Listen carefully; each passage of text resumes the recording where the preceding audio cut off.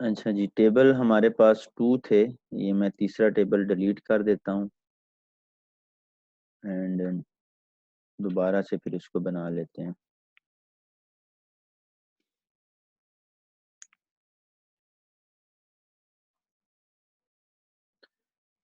हम 2 टेबल्स के साथ चाह रहे थे, एक टेबल क्लास था, एक टेबल स्टूडेंट था। तो अगर तो आपका है ना लाइक कोई स्कूल रिलेटेड सिस्टम जिसमें टीचर स्टूडेंट हैं, तो स्टूडेंट का लॉगिन भी पॉसिबल हो सकता है, टीचर का भी हो सकता है। बस इसके अलावा एक और लॉगिन भी होता है जिसको कहते हैं एडमन का लॉगिन। मतलब एडमन टीचर्स को अकाउंट बना के देता है, टीचर का साइन अप नहीं होता। ऐसे तो कोई भी आए और वो कहे कि मैं टीचर हूँ और वो साइन अप कर ले, तो एडमन जो होता है ना वो टीचर्स को अकाउंट बना के देता है। इसके अलावा जितने भी एडमन पैनल वाली वेबसाइट्स हैं उसमें आपका एक एडमन पैनल होता है जिसका एक यूजर होता है।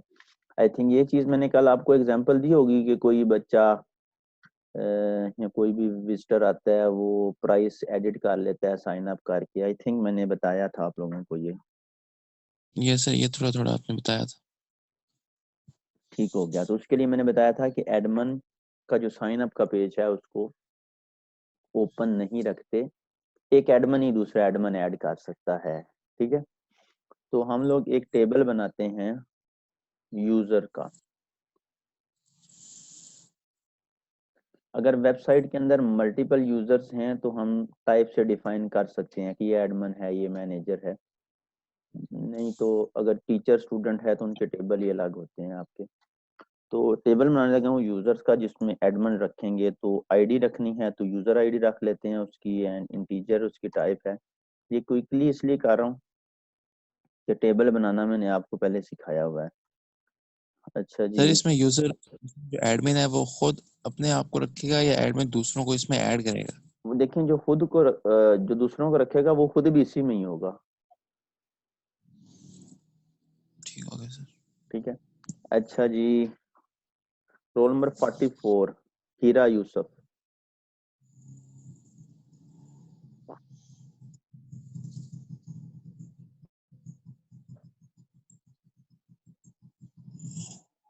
हाँ जी हीरा बच्चे, आप इधर हो?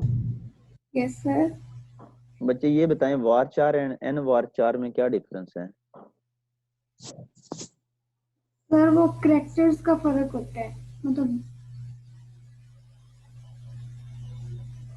मतलब क्या? जो वार्चर होते हैं ना वो मतलब जो होता है, मतलब करेक्टर्स की लेंथ का फर्क होता है। दोनों ही वेरिएबल लेंथ वाले हैं, लेंथ का फर्क कैसे हो सकता है?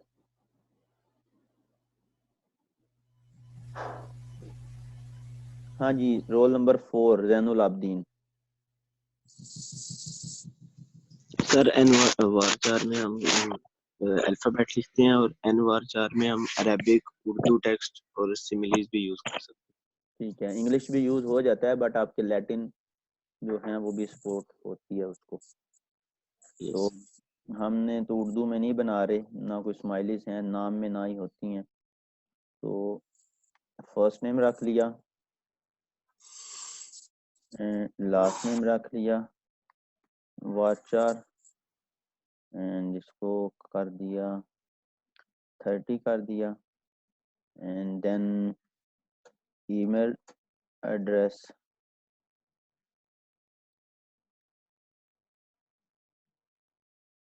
वाचार 100, and then the last thing is password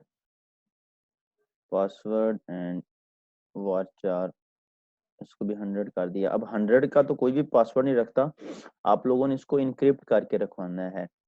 आपने क्रिप्टोग्राफी पढ़ी होगी कभी, उस एक इनक्रिप्ट करने की टेक्निक है क्रिप्टोग्राफी से आप उसको कर सकते हो। ऑनलाइन आपको ना उसकी क्लास बनी बनाई मिल जाएगी, अपना एल्गोरिदम लिखना है अपना लिख सकते हो। क्रिप्टोग्राफी यूज करनी है क्रिप्टोग्राफी यूज कर सकते हो। अब ये चलती किस तरह से है, मैंने कहा कि नेट से उठा सकते हो आप, वो आपसे पासवर्ड मांगती है जिसको इनक्रिप्ट करना है एंड एक साथ में की मांगेगी। अब वो कितनी सिक्योर होगी कि नेट पे पड़ी हुई है, आपका पासवर्ड कोई और डिक्रिप्ट कर ले, तो ऐसे नहीं है। वो पासवर्ड प्लस की कॉम्बिनेशन के साथ चलती है। मैं एक पासवर्ड को 1 2 3 है उसको इनक्रिप्ट करता हूँ, की देता हूँ फैसल। जब भी फैसल की से 1 2 3 को इनक्रिप्ट करूंगा ना, सेम ही इनक्रिप्ट का रिजल्ट आएगा। बट अगर मैं की दे दूंगा ना जिया, तो इनक्रिप्शन के बाद जो मुझे आएगा ना रिजल्ट, वो टोटली डिफरेंट होगा। तो मतलब की अगर चेंज हो जाएगी तो आपका जो रिजल्ट है वो टोटली चेंज हो जाएगा। ठीक है।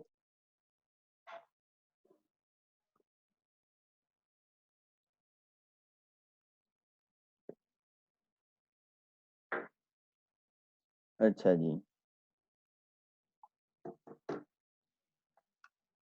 तो पासवर्ड एंड लास्ट में एक रख रहा हूँ बिट स्टेटस की। लेकिन स्टेटस की बिट क्यों रखनी है? एक यूजर है, उसको मैंने एक एडमिन बना दिया, एक और मेरा पार्टनर था, मैंने उसको भी एडमिन बना दिया वेबसाइट का। अब मेरी उसकी पार्टनरशिप खत्म हो गई है, तो मैं ये नहीं करूंगा कि मैं उसका अकाउंट डिलीट कर दूं। उसके अकाउंट को डिलीट करने से काफी मसले मसाइल बन सकते हैं। उसने जिन जिन प्रोडक्ट को ऐड किया हुआ है, मुझे बाद में नहीं पता चलेगा ये किसने ऐड की है, उसकी आईडी डिलीट हो जाएगी, उसका लॉग डिलीट हो जाएगा। मैं चाहता हूँ कि वो रहे बट वो लॉगिन ना कर सके, तो मैं सिंपली उसका स्टेटस इनएक्टिव कर दूंगा। वो लॉगिन करने की कोशिश करेगा तो लॉगिन नहीं होगा। तो स्टेटस में ट्रू या फॉल्स होता है, जिसका स्टेटस ट्रू होगा वो लॉगिन कर सकता है, जिसका स्टेटस फॉल्स होता है वो लॉगिन नहीं कर सकता। तो डेटाबेस में ट्रू फॉल्स की जगह ना बिट होती है, बिट 0 या 1। 1 means true and 0 means false. इसको भी अलाउ नाल करके ना इसको एक डिफॉल्ट वैल्यू दे देते हैं। डिफॉल्ट वैल्यू किस तरह से देते हैं, यहां क्लिक किया, ये लिखा हुआ है डिफॉल्ट वैल्यू। अब डिफॉल्ट वैल्यू ये नहीं हो सकती मैं कहूँ इसको ए दे देता हूँ। डिफॉल्ट वैल्यू वही हो सकती है जो उसकी वैल्यूज में से है, या 0 या 1। तो मैं कहता हूँ 1। अब डिफॉल्ट वैल्यू का फायदा ये है कि जब इस टेबल के अंदर रिकॉर्ड इंसर्ट किया जाएगा, अगर स्टेटस को वैल्यू मैं 0 देता हूँ तो वो 0 सेट कर देगा, 1 देता हूँ 1 सेट कर देगा। अगर मैं इसको वैल्यू देता ही नहीं हूँ ना, तो वो उसको 1 सेट कर देगा। ये मैं इसको डिफॉल्ट वैल्यू फिर असाइन कर दूंगा। तो ये यूजर आईडी है, इसको प्राइमरी की बना लेते हैं, इसको ऑटो इंक्रीमेंट कर लेते हैं। ये चीजें मैंने पहले बताई हुई हैं।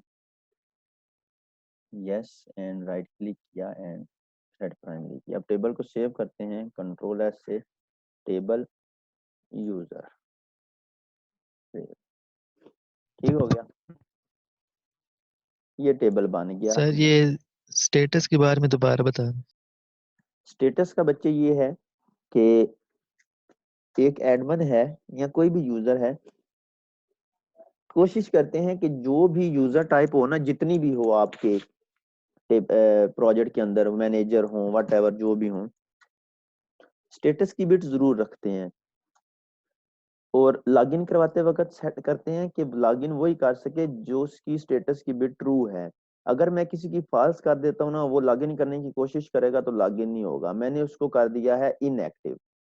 एक्टिव यूजर वेबसाइट यूज कर सकते हैं, इनएक्टिव अगर मैं किसी को कर देता हूँ वो वेबसाइट यूज नहीं कर सकता। ठीक है, इसको भी हम लोग फर्दर यूज करेंगे। तो ये टेबल यूजर बन गया। अब हम चाहते क्या हैं, वापस चलते हैं कोड में। मैंने एक लॉगिन का पेज बनाना है, राइट क्लिक किया, ऐड न्यू आइटम। कल की क्लास मिस हुई ना आप लोगों की, वरना आज सेशन कुकी करके लॉगिन क्लियर हो जाना था आज। हाँ जी, अगर टीचर वाला होगा तो लॉगिन, क्योंकि टीचर की तो डिटेल काफी सारी होती है। Admin simple first name last name है तो अलग बना लें उसको।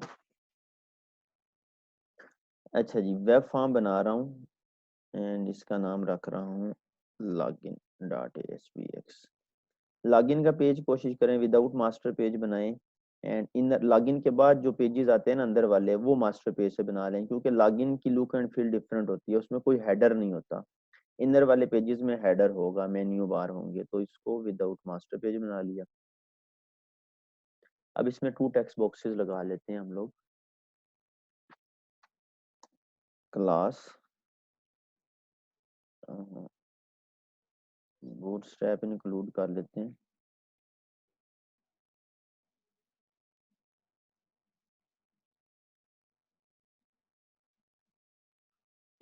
ये जो अभी ये लेक्चर होंगे ना हमारे कोई 4-5 कंटिन्यूसली, ये सारा आपका मैं इन लर्निंग पॉइंट बता रहा हूँ, सारी आपकी ईएडी एक साइड पे है एंड ये वाले लेक्चर 4-5 एक साइड पे हैं। क्योंकि मैंने जितना भी काम आपको आज तक करवाया है ना, वो टेक्स्ट बॉक्स सिखाया, बटन सिखाया, वो इन चीजों के लिए सिखाया कि हमने एट द एंड एक प्रोडक्ट डेवलप करनी है।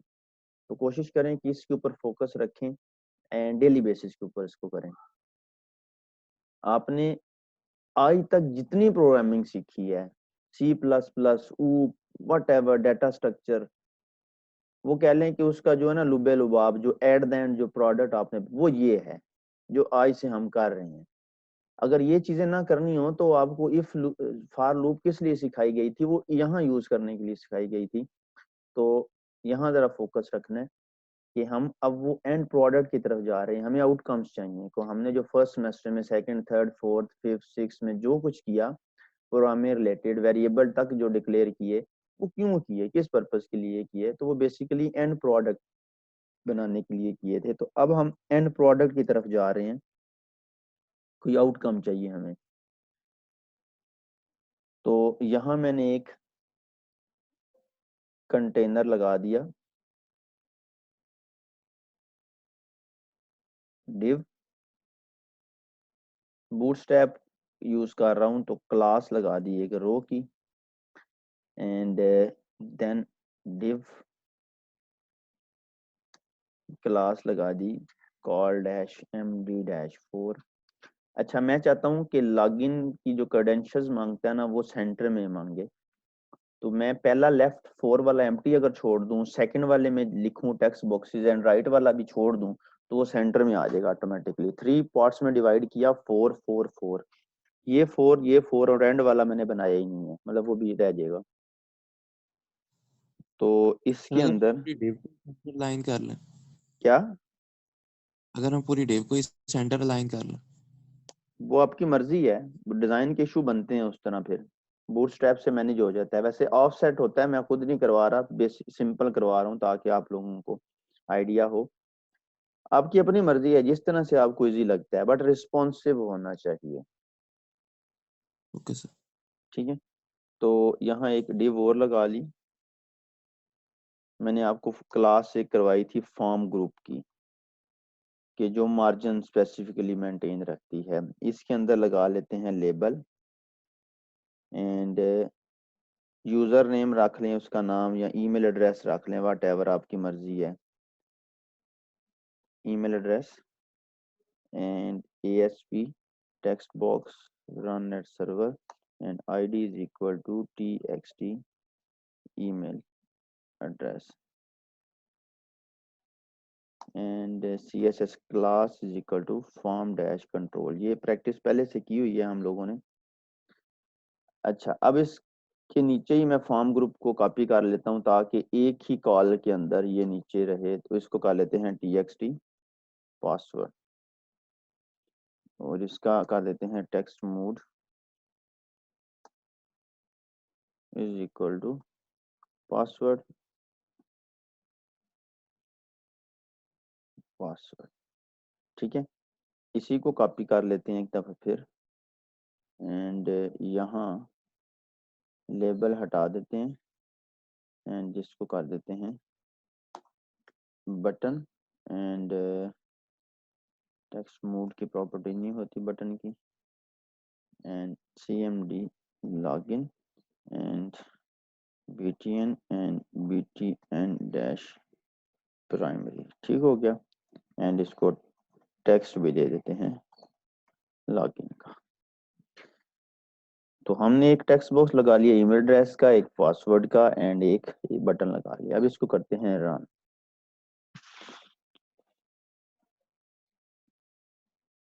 अच्छा, इसको ना मार्जिन भी थोड़ा सा दे लेते हैं। आप इधर ही चले, मैं दे लेता हूँ। मार्जिन की क्लास तो नहीं बनी हुई, मैं स्टाइल लगा देता हूँ, आप लोग क्लास बना लेना।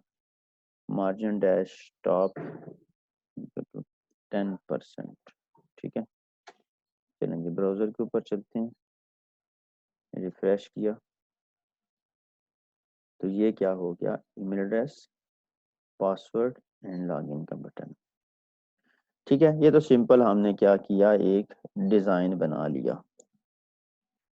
अब हमारा जो फोकस है वो बेसिकली ये है कि यूजर यहाँ अपनी डिटेल एंटर करे एंड बटन के ऊपर क्लिक करे तो इनर पेज के ऊपर चला जाए।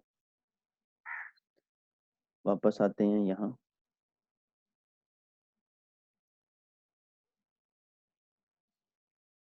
मैं एक होम का पेज बना लेता हूँ। राइट क्लिक किया, ऐड न्यू आइटम। आपने इनर पेजेस मास्टर पेज के साथ बनाने हैं, मैं मास्टर के बगैर बना रहा हूँ क्योंकि मैं तो प्रोजेक्ट नहीं बना रहा, आपने प्रोजेक्ट बनाना है। आप मास्टर पेज के साथ बना लेना। 1 मिनट, ये पहले से बना हुआ है तो इसलिए वो कह रहा था रेडी बना हुआ है।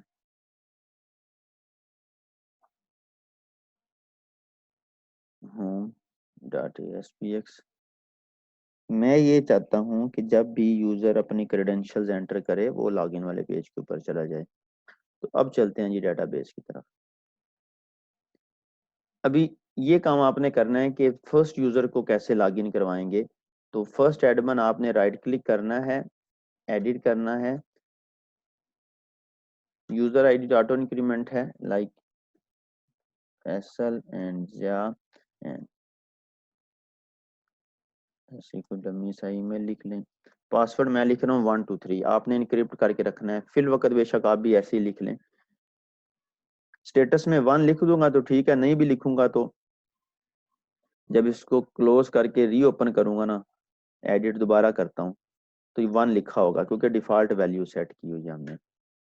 अब पहली एंट्री मैंने इस तरह से कर दी है, बाकी नहीं इस तरह से करनी। बाकी हम साइन अप का पेज बनाएंगे, मीन्स एंट्री का पेज बनाएंगे कि एक एडमिन दूसरे एडमिन को ऐड कर सकता है। ये मैंने एक एडमिन मैन्युअली खुद ऐड कर दिया।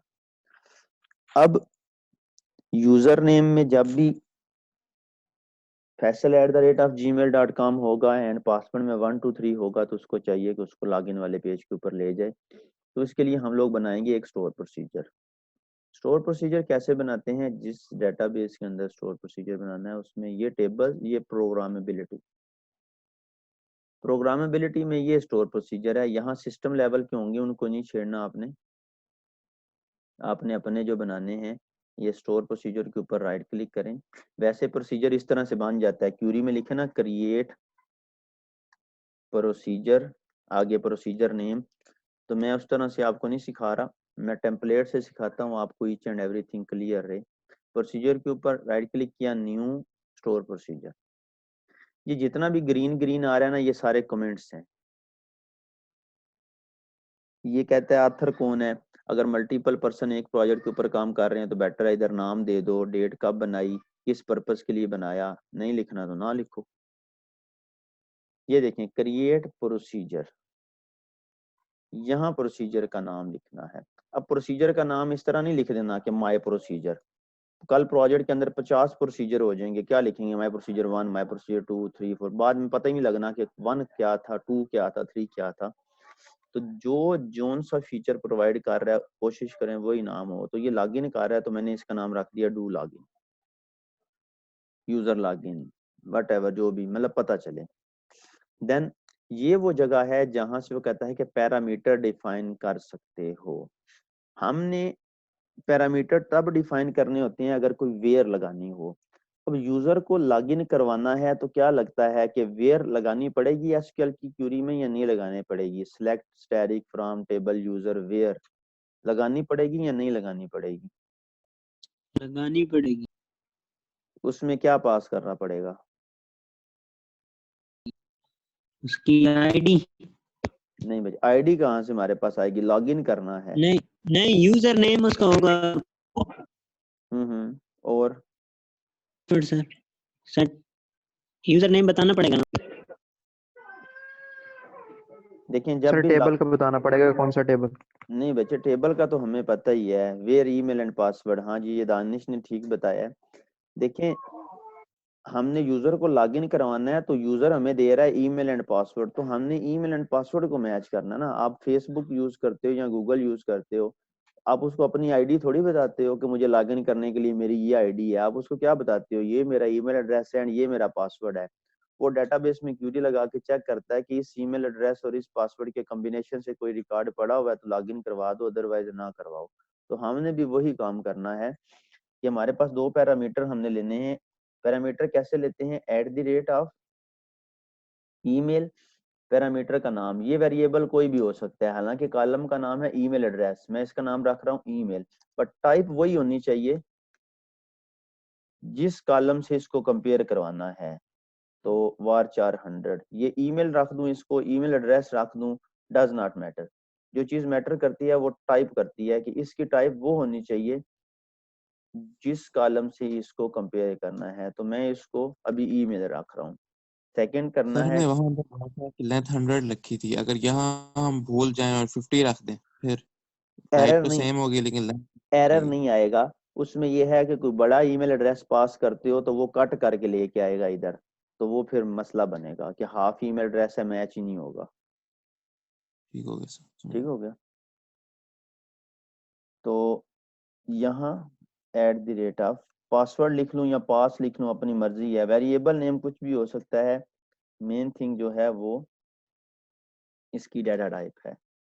ये भी आई थिंक 100 ही थी। ये दो वेरिएबल रख लिए, क्रिएट प्रोसीजर डू लॉगिन।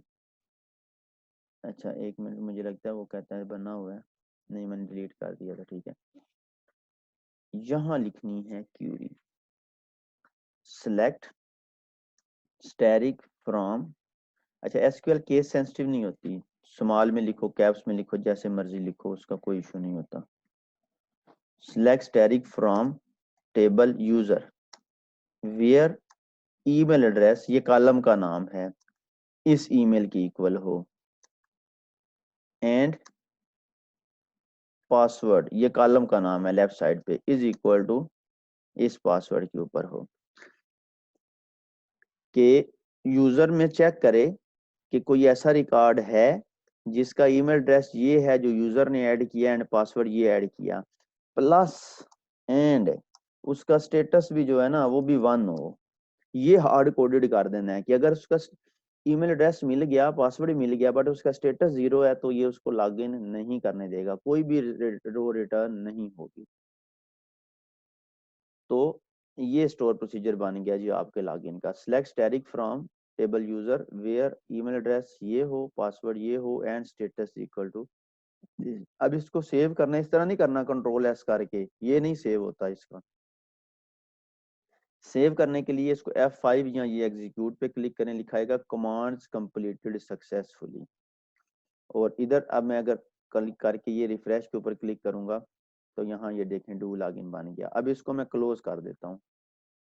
ये पूछेगा क्यूरी सेव करनी है, मैं कहूँगा नहीं, बंद कर दिया। अगर एडिट करना है राइट क्लिक करें, मॉडिफाई, वही स्टोर प्रोसीजर दोबारा ओपन हो जाएगा। डिफरेंस अब ये आएगा, एक मिनट, नॉट रिस्पॉन्डिंग में चला गया। डिफरेंस अब जस्ट ये है कि पहले यहाँ क्रिएट लिखा हुआ आ रहा था, अब अल्टर लिखा हुआ आ रहा है। ठीक है, अब चेंज जो भी करके इसको एग्जीक्यूट करूंगा तो ये सेव हो जाएगा। अब ये देखें डू लॉगिन को मैं कॉल करता हूँ, ये कॉल अगर चेक करना हो ना तो यहाँ लिखें एग्जिक, स्टोर प्रोसीजर का नेम, पैरामीटर पास करें। पहला पैरामीटर लेट्स सपोज ये है, दूसरा ये है। अब मेरा पासवर्ड तो ठीक है, ईमेल एड्रेस गलत दिया है, तो देखें कोई रो रिटर्न नहीं होगी। अगर मैं ये देता हूँ faisal@gmail.co तो ईमेल एड्रेस अभी भी इनकरेक्ट है, कोई भी नहीं। जैसे ही मैं .com करूंगा ना तो ये मैच हो जाएगा। तो जब भी मैं अब correct email address and password दूंगा और मेरा स्टेटस 1 है तो मुझे ये पूरी रो रिटर्न होगी। अब चलते हैं कोड की तरफ। हमने मॉडल बनाया हुआ था, मैं दोबारा बनाता हूँ, मैंने डिलीट कर दिया था। जब मॉडल बनाया था, ऐड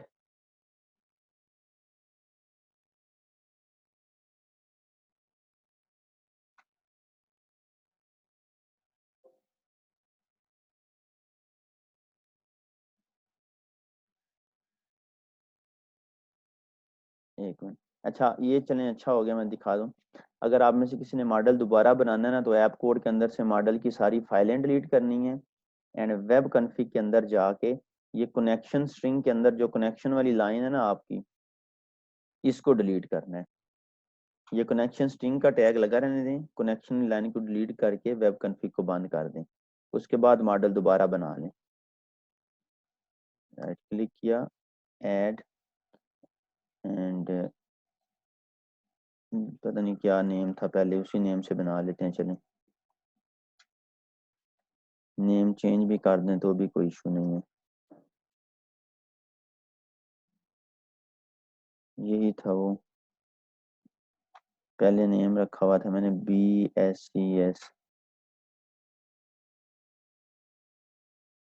BSCS R2021 ऐड।